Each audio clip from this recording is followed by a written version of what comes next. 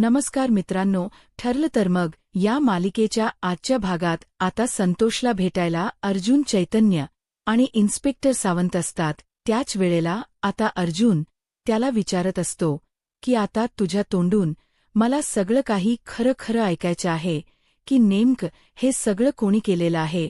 त्याच वेळेला संतोष कोणती विचार न करता सगळ्या काही गोष्टींचा खुलासा करत म्हणत असतो की हा जो काही गुन्हा केलेला आहे तो दुसरा तिसरा कोणी नाही तर प्रियाने केलेला आहे. प्रियाने शांताचा खून केला ही गोष्ट संतोष सांगून टाकतो आणि संतोषने ही गोष्ट सांगितल्याबरोबर आता मात्र लगेचच लक्षात येतं की या सगळ्याच्या मागे दुसरं तिसरं कोणी नाही तर प्रियाच आहे. आणि मग त्यावेळेला जे काही प्रसंग घडले होते ते सगळे काही आता तो सांगू लागतो. म्हणजेच हे सगळं घडवणारा तोच व्यक्ती होता आणि त्याने हे सगळं तर केलं, पण त्याबरोबर सगळे पुरावे सुद्धा नष्ट केले हेही आता सांगितलं जातं. आणि जेव्हा या सगळ्या काही गोष्टी तो सांगतो ना तेव्हा कुठे त्याला बरं वाटतं. खरं तर आम्ही सगळ्या काही गोष्टी सांगायला गेलेलं असतानाच आम्ही शांताला समजवायला गेलो होतो. मी बाहेर थांबलो होतो, पण तोपर्यंतच ना इथे जे काही झालं ना ते खूपच भयंकर असं होतं. मी आतमध्ये येऊन पाहतो तोपर्यंत त्या प्रियाने खून केलेला होता आणि आता मी जे काही सांगितलं आहे ते सगळं काही खरं आहे. खून झाल्यानंतर आम्ही सगळ्या काही गोष्टींचा बिल्लेवाटही लावला आणि त्याचसोबत जिथे रक्त पडलं होतं तेही पुसून काढलं. हे सुद्धा आता तो एकूण एक गोष्टी जे आहे तो सांगू लागतो. तेव्हा सगळं काही तो सांगतो ना तेव्हा मात्र आता इकडे अर्जुनला तो म्हणतो की आता मला बरं वाटते. माझ्या डोक्यावरच टेन्शन खरंच खूप कमी झाल्यासारखं आता मला वाटत आहे. हेही आता तो बोलून जातो. त्याच वेळेला तो खूप जास्त रडत देखील असतो. मग आता अर्जुन म्हणू लागतो की ठीक आहे, पण बरं झालं निदान तू सगळ्या गोष्टी आम्हाला सांगितल्यास आता निदान आम्हाला तरी बरं वाटतंय. मग दुसरीकडे त्याची बायकोसुद्धा त्याला भेटायला म्हणून आलेली असते आणि जेव्हा त्याची बायको त्याला भेटायला येते ना तेव्हा तो बायकोला बघून खूप जास्त खुश होतो आणि त्याच वेळेला उसकी बायको आता एक गोष्टी सांगू लागते आणि ती आता म्हणत असते की बरं झालं तुम्ही ज्या काही गोष्टी आहे त्या सगळ्या काही खुया सांगून टाकल्यात. नाही तर काय झालं असत ना मी ओळखूसुद्धा शकत नाही. आणि त्याचबरोबर मी यांना सुद्धा सांगितलं माझं ऑपरेशनच्या बद्दल आणि तुम्ही यासाठी सगळं काही करताय या गोष्टी मी यांना सांगितल्या. पण तुम्हाला सांगू का अर्जुन दादा आणि सायली ताई खरंच खूप चांगले आहे. तेच आता माझं ऑपरेशन हृदयाच करणार आहे. हे देखील आता त्याची बायको ही आता संतोषला सांगत असते. संतोष म्हणत असतो की यानंतर ना मी कोणताच गुन्हा करणार नाही, यानंतर मी अशा कोणत्याच चुका करणार नाही असं देखील आता तो रडत रडत सांगत असतो.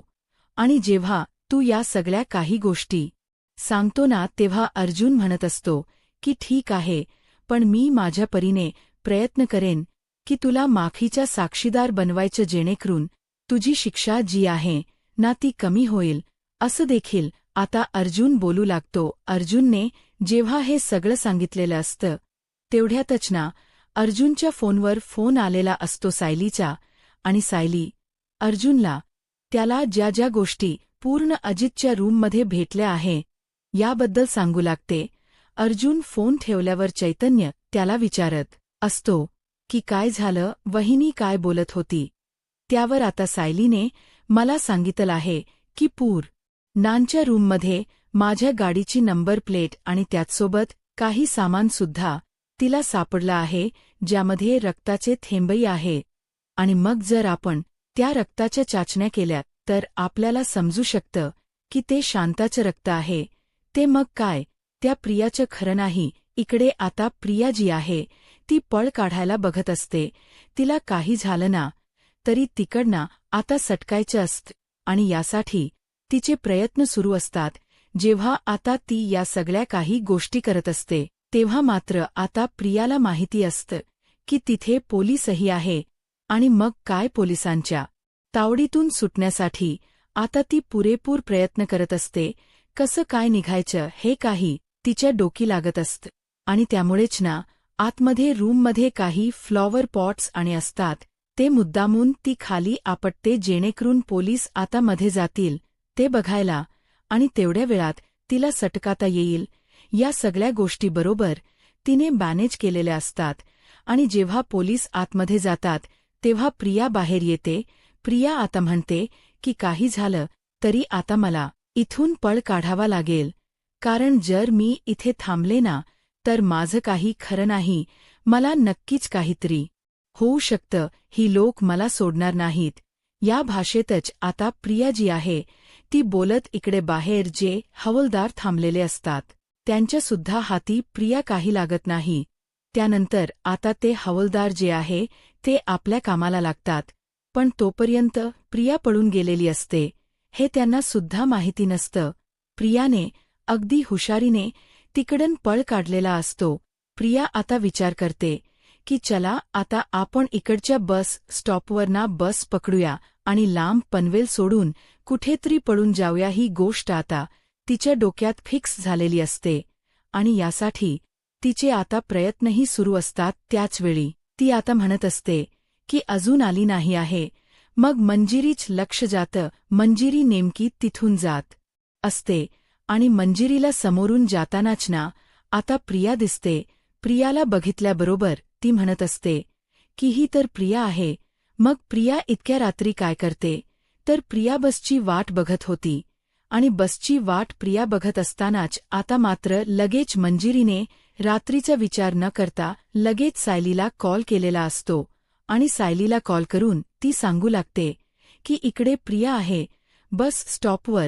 बहुतेक ना ती पळून जायचा विचार करते आहे. काय करायचं आहे त्यावर. मात्र बरं झालं तू फोन केला असते. अगं तिला तर आम्ही एका रूममध्ये ठेवलं होतं, त्याचबरोबर तिथले पोलिसांचा सुद्धा बंदोबस्त होता. बघितलंस का तरी सुद्धा ती पळून गेली. मग आता मी काळजी करू नकोस, मी बघते तिचं काय करायचं ते. असंही आता म्हटलं जात असतं. मग तेव्हा प्रियाना बसची वाट बघून बघून वैतागते. ती म्हणत असते की इथे तर काही बसही येत नाहीये, मग मला आता पुढेच जावं लागेल असाही विचार करत ती आता पुढे जायचा विचार. दुसरीकडे मात्र आता सांगितलं जातं की एक काम कर, तू ना तिथे जास्त वेळ थांबू नकोस, नाहीतर ती तुला ओळखेल आणि तुझ्याबरोबर कोणीतरी दुसरं सुद्धा असायला हवं, कारण तिच्या पाठलाग करायला. तेव्हा आता मी एक काम करते, माझी एक मैत्रीण आहे तिला सुद्धा हाताशी घेते. असंही आता सायली सांगू लागते. सायलीला माहिती असते की या सगळ्यामध्ये रमा तिला मदत करेल, पण मंजिरी सांगत असते की तू काळजी करू नकोस, तिला आता माझ्या तावडीतून कोणीही सोडू शकत नाही. आता ती 12च्या भावात जाणार हे फिक्स आहे. मग आता प्रियावर बारीक लक्ष ठेवून मंजिरी असते. प्रिया इकडे तिकडे बसची वाट बघत असते.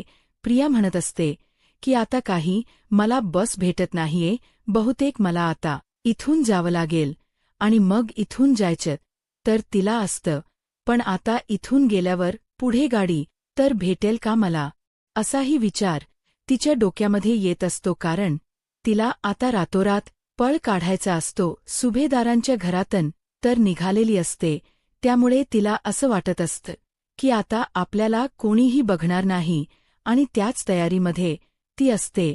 आणि त्याच तयारीत ती गेलेली असतानाच ती आता लगेच आपली कॅप डोक्यावर घेते जेणेकरून तिला कोणी ओळखू नये म्हणून तिने उडी घातलेली असते. मग आता सायली आणि अर्जुन त्या अडकळीच्या खोलीत जातात आणि तिकडे जाऊन सुद्धा बघत असतात. तर त्याच वेळेला त्यांच्या लक्षात येतं की खरंच की ही तर पळून गेलेली आहे, म्हणजे हिलाना त्या पोलिसांना सुद्धा उल्लू बनवून पळता आलंय. म्हणजे जे पोलीस बाहेर होते त्यांना सुद्धा आता तिने काही न सांगता गेलेली आहे. याचा अर्थ आपल्याला कळायला हवं, तिच्यावर बारीक अजून लक्ष ठेवायला हवा. पण आता ती कुठेही जाणार नाही. माझ्या या 2 मैत्रिणींना ना तिला बरोबर घरात घेऊन येतील. मग आता सायली विचार करते की मला आता या सगळ्यासाठी ना रमाची सुद्धा मदत घ्यावीशी वाटते.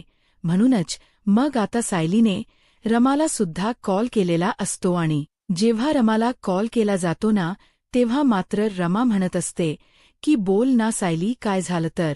सायली म्हणत असते की सगळ्यात आधी सॉरी की मी तुला इतक्या रात्री कॉल केला आहे. त्यावर बोल ना काय झालं आहे, तू सांगू शकतेस मला. मग आता काय आहे ना, एक प्रॉब्लेम झालाय. तुला तर माहिती आहे ना आमच्या घरातली प्रिया कशी आहे ती. हो माहिती आहे ना. बोल तिचे काय झालंय. ती घरातून पळून गेली आहे. मंजिरी तिच्या मागे आहे. तू जरा मंजिरीला कॉन्टॅक्ट करशील का. मंजिरीला फोन कर आणि तुम्ही दोघीही जणी एकत्र भेटा आणि तिला पकडा. काही झालं ना तरी ती घरात आली पाहिजे. त्यावर मात्र आता रमा म्हणत असते की तू काळजी करू नकोस, आम्ही आहोत, आम्ही बघून घेऊ ते काय आहे ते. असंही आता ती म्हणत असते.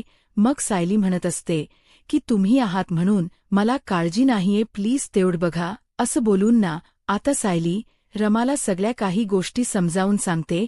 मग रमाही सांगत असते की तू काळजी करू नकोस, मी मंजिरीशी बोलून घेते आणि मंजिरीला विचारते की नेमकं कुठे भेटायचं आहे ते. मग तुमचं काम झालं म्हणून समजा. आता आम्ही घरी येऊ ते तिला घेऊनच. असंही आता मंजिरी आणि रमा या दोघी सायलीला सांगितलेलं असतं आणि त्यामुळे सायली एकदम टेन्शन फ्री असते. आता दुसरीकडे रमाने मंजिरीला कॉल केलेला असतो. मंजिरीला ती सांगत असते की कुठे यायचं सांग, मी सुद्धा त्या शाळेच्या जवळपासच आहे. मग आता ती तीच लोकेशन सांगू लागते आणि असं बोलूनच आता मंजिरीने प्रियाचा हात धरलेला असतो आणि प्रियाला आता त्या दोघीही जणी सुभेदारांच्या घराकडे घेऊन जायला निघालेल्या असतात. कारण आतापर्यंत सायली आणि अर्जुनला मदत करायला त्या आलेल्या असतात. सायली अर्जुनसाठी त्या आलेल्याच असतात, पण सुभेदारांच्या घराबाहेर तिला आता पूर्ण चिखलाने माखलेली असते. म्हणून आधी आंघोळ घातली जाते. चांगल्या थंड पाण्याने पाईपाने पाणी तिच्या अंगावर सोडलं जात आणि जो काही चिखल तिच्या अंगावर असतो तो सगळा काही धुतला जातो आणि त्याच वेळेला तिच्या हाताला धरून वगैरे तिला आता तिकडनं घेऊन गेलं जातं. तेव्हाच ती म्हणत असते की मला सोडा. तुला आता कसं सोडणार, तुला आता पोलिसांकडेच देणार आहे. असं म्हटल्यानंतर पोलीस नको, मला भीती वाटते. अगं करताना काही लाज वाटली नाही. मग आता कसली भीती, चल चल तुला देतेच. मग आता सायली आणि अर्जुन हे तर वाट बघतच असतात.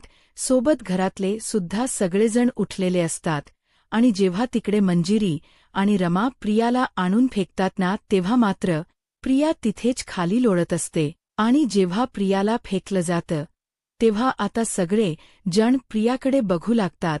तेव्हा अस्मिता त्याचसोबत सगळी जण प्रियाकडे बघत असताना अस्मिता तिला म्हणत असते की तुला काय वाटलं आम्हाला एवढा त्रास देऊन तुला घराच्या बाहेर जाता येईल नाही. नाही, तू आम्हाला जरी त्रास दिलेला असला ना तरी तुझी शिक्षा अजून पूर्ण झालेली नाहीये, त्यामुळे तुला इथेच थांबावं लागेल असंही आता म्हटलं जातं. आणि जेव्हा या सगळ्या काही गोष्टी बोलल्या जातात तेव्हा मात्र आता अश्विन सुद्धा म्हणतो की अगं एवढं खोट काम केलं आहे तरी सुद्धा कशाला कामाला सोडून पळून जायचं होतं. लाज वाट, या सगळ्या गोष्टीची लाज वाटण्यासारखं काय आहे, ऑलरेडी एवढं केलंस. त्यावर सुद्धा प्रिया आता अश्विनला म्हणत असते की अश्विन तसं नाही रे अश्विन, मला जरा समजून घे ना. तुला आणि मी समजून घेऊनही काहीच नाही.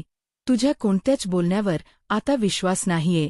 अगं एवढी तर पाप केली आहेस, मग आता पळून कशाला जातेस घरात. आम्ही तुला तसंही ठेवलेलंच आहे घरात, याचसाठी ठेवले की तुझी शिक्षा अजून पूर्ण झालेली नाहीये, त्यामुळे तरी सुद्धा तू पळ काढलास. तिथे प्रतापसुद्धा तिला घालून पाडून बोलत असतात, कारण तिची लायकी तीच आहे. एवढ्या सगळ्या भाषेत आता रागारागात तिच्याशी बोलल्यानंतर इकडे मात्र कल्पनासुद्धा प्रियाला विचारत असते, काय कुठे गेली होतीस तू. त्यावर प्रिया तिला उलटसुलट बोलत असते. तेच मंजिरीला राग येतो. मंजिरी आता जोरातच घरी आल्यावर सुद्धा प्रियाच्या कानाखाली वाजवते आणि म्हणत असते की तुला निदान सासूशी बोलायची सुद्धा पद्धत नाहीये का. आपल्यापेक्षा मोठ्या माणसांशी कसं बोलावं ही सुद्धा शिस्त नाहीये. आणि असं बोलूनच तिने आता तिला सुनावलेलं असतं दुसरीकडं रमाने सुद्धा आता तिच्या कानाखाली वाजवलेली असते, त्यामुळे आता तिने अक्षरशः तोंडावर हात ठेवलेला असतो. इथे प्रियाला कळत नसतं. सगळीकडं आपल्याला मारहाण होते, पण त्याच वेळेला प्रिया मात्र म्हणत असते की प्लीज प्लीज तुम्ही मला त्रास नका देऊ. अगं आम्ही कसला तुला त्रास देतोय, आता बघ ना, आता तुला पोलिसांच्या हवालेच करतो, पोलिसांकडे नका देऊ, मी असं काहीच केलेलं नाहीये चुकीचं असेही आता ती म्हणत असते. प्रियाला आता समजत असतं की आपलं काही खरं नाहीये, कारण प्रिया ही चारी बाजूने अडकलेली असते. कोणीही तिच्या बाजूने उभं राहायला नसतं. आता त्या अश्विनला सुद्धा चांगलंच माहिती असतं की काय आहे ते. दुसरीकडे रमा आणि मंजिरी म्हणतात की अगं तुला इतकं चांगलं कुटुंब मिळालं होतं, चांगलं सुखाने राहायचं होतं, पण तिथे सुद्धा कुरगोड्या केल्यास असली मुलगी, ना सून म्हणून नसलेलीच ब्री, असं देखील मंजिरी आणि रमा बोलत असतात.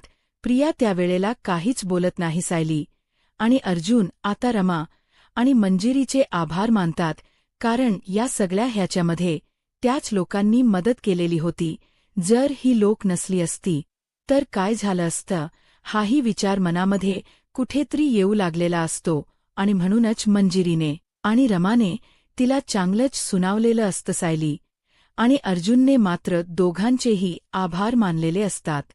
यावर रमाला आणि त्यासोबत मंजिरीला म्हणायचं असतं की तुम्ही कधीही आम्हाला बोलवा, आम्ही तुमच्यासाठी कधीही हजर असू, कारण या मुलीने हे कामच असं केलेलं आहे की तिला तर आता शिक्षाही व्हायलाच हवी. मग दुसरीकडे मात्र रमाने आणि कौतुक केलं जात असतं, पण इकडे आता प्रियाला सुद्धा तेवढीच जबरदस्त शिक्षासुद्धा प्लीज द्या असंही सांगितलेलं असतं. सायली आणि अर्जुन म्हणतात की हो, आता हिची शिक्षा ना, आता पुढे बघतच राहा, हिच्या अजून बऱ्याच गोष्टी बाकी आहे, त्याचा खुलासा तर होईलच, पण उद्या आताच्या वेळेला हिला आराम करू दे. पण उद्या हिचे खरे रंग, खरे चित्र सगळे समोर येतील असंही आता म्हटलं जातं. जेव्हा आता या सगळ्या गोष्टी बोलल्या जातात ना, तेव्हा मात्र आता रमा आणि मंजिरीने सायली आणि अर्जुनला पुन्हा एकदा सांगितलेलं असतं की तुम्हाला कधीही कोणत्याही काही गरज लागली ना, तर आम्हाला सांगा, आम्ही नेहमीच तुमच्या पाठीशी आहोत. मग सायली, अर्जुन आता रमा आणि मंजिरीचे आभार मानतात आणि त्यानंतर आता त्यांचं काम सुद्धा तिथून संपलेलं असतं, कारण त्यांना प्रियाला घरी आणून द्यायचं असतं. आणि प्रिया आता घरी आल्यानंतर त्या आता सायली अर्जुनला भेटतात आणि त्यासुद्धा तिकडं जायला निघतात. सायलीला तर घट्ट त्या मिठी मारतात, कारण सायलीच्या आता मैत्रिणी असतात. सायलीसाठी अगदी रात्रीसुद्धा त्या धावून आलेल्या असतात, त्यामुळे बरं वाटत असतं. अर्जुन म्हणतो की हिचा निकाल तर उद्याच लागेल, उद्या बघा आईच्या सोबत काय काय होतं ते. त्यानंतर आता मात्र सायलीला भेटून झाल्यानंतर त्या दोघीही जणी सायलीचा निरोप घेतात आणि तिकडून जायला निघतात. तर अर्जुन आणि त्याचसोबत सायली आता उद्याच्या दिवसाची वाट बघणार असतात, कारण उद्याच्याच दिवशी हिचा खरा निकाल लागणार असतो. दुसरीकडे प्रिया आता खूप जास्त घाबरलेली असते. तिला सुचत नसतं की काय करावं ते. ती आता सुधीर झालेली असते. दुसरीकडे सायली म्हणत असते की तू आता किती पळ काढणार आहेस, तुला काय वाटलं सगळीकडं तू सुटशील आणि आम्हाला चकवा देऊन जाशील.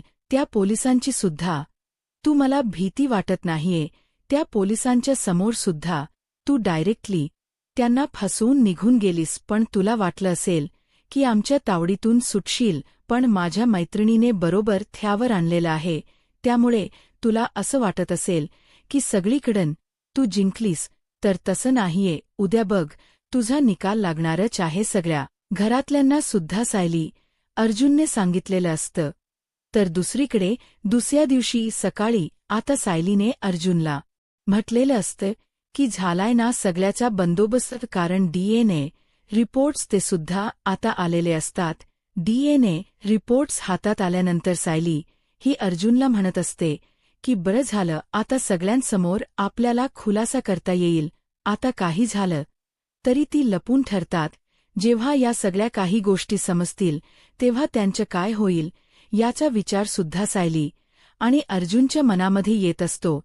तो सायलीने ते DNA रिपोर्ट्स आपल्या हातात घेतलेले असतात आणि त्याच वेळेला आता सायली म्हणत असते की चला तेवढ्यातच कल्पनाचा खालून आवाजही येतो कारण पूर्णा आजीसुद्धा आता बऱ्याच दिवसानंतर आलेल्या असतात आणि पूर्णा आजी जेव्हा येतात ना तेव्हा मात्र कल्पनाने सायली अर्जुनला सांगितलेलं असतं की या लवकर खाली पूर्णा आजी आल्या आहेत, पूर्णा आजी आल्या आहेत. ही गोष्ट समजल्यानंतर मात्र इकडे अस्मिता पूर्णा आजीला भेटत असते. तिला सुद्धा इतक्या दिवसानंतर पूर्णा आजींना भेटून आनंद झालेला असतो. पूर्णा आजींना ती मिठी मारत असते तर पूर्णा आजी मात्र म्हणत असतात की मला ना तुझ्या मुलाला भेटायचं आहे, चल मला दाखव. त्याबरोबर अगं तू आता झोपला आहे, नंतर तुला भेटवते ना, मला बाकी काही माहीत नाही. किती दिवस झाले मला बघायचं होतं, देवदर्शन करून कधी येते ना असं झालं होतं. अगं पण तू गेलीस, ती आलीच नाहीस. किती दिवस आम्ही तुझी वाट बघितली. अरे ते तर झालंच रे, दर्शनासाठी गेली होती कोल्हापूरला दर्शन घेतानाच मला न्यूज मिळाली आणि तेव्हाच मला कळलं होतं की चला बरं झालं, एका अर्थाने हे चांगलं झालं. ह्या सगळ्या काही गोष्टी, या गोष्टींचं टेन्शन होतं. आता मला नातू झालाय ना, मला बरं वाटते. तर दुसरीकडे मात्र आता इकडे गप्पा तर रंगलेल्याच असतात. तन्वीबद्दल सुद्धा आता पूर्णा आजींना खूप काही गोष्टी कळलेल्या असतात आणि तन्वीबद्दल ज्या काही गोष्टी कळलेल्या असतात ना, त्यामुळे आता आजी ज्या आहे त्या विचारांमध्येच असतात. तेवढ्यातच सायली, अर्जुनसुद्धा आता पूर्णा आजीला भेटण्यासाठी खाली आलेले असतात. तर प्रतिमा, त्याचसोबत सुमन आणि इकडे मा जाता हे सुद्धा तिथेच असतात. पण तेव्हाच ना त्यांना कुठे माहिती असतं, म्हणजे पूर्णा आजीला सगळ्या अर्धवटच गोष्टी सांगितलेल्या असतात आणि यासाठी खरं तर बोलवून घेतलेलं होतं इकडे असणाऱ्या सगळ्यांनाच. आणि जेव्हा सगळी जण तिथे आलेली असतात, आता सायलीयर जून आधी येऊन पूर्णा आजींना भेटतात. पूर्णा आजींना सुद्धा सायली अर्जुनला भेटून बरं आता या सगळ्या काही गोष्टी बोलते आणि ब्लड ग्रुपचं सत्य सगळ्यांसमोर येतं. तेव्हा मात्र प्रियाचं तोंड पाहण्यासारखं झालेलं असतं. प्रियाला आता काही सुचत नसतं, कारण यांनी सगळं काही प्लॅनिंग करून, सगळ्या काही विचार गोष्टी करून या सगळ्या समोर आणलेलं असतं आणि सगळ्यांच्या मात्र चेहऱ्यावरचे रंग उडालेले असतात. एवढे दिवस ही सगळी जण ज्या घरामध्ये या तन्वी समजत होते, पण ती तन्वी खोटी प्रिया आहे आणि हे सगळं काही समजल्यानंतर सगळं यांनाच धक्का बसतो. आता पुढे काय होईल हे पाहायला आत्ताच माझा महाराष्ट्र या यूट्यूब चॅनलला सबस्क्राईब करा. धन्यवाद.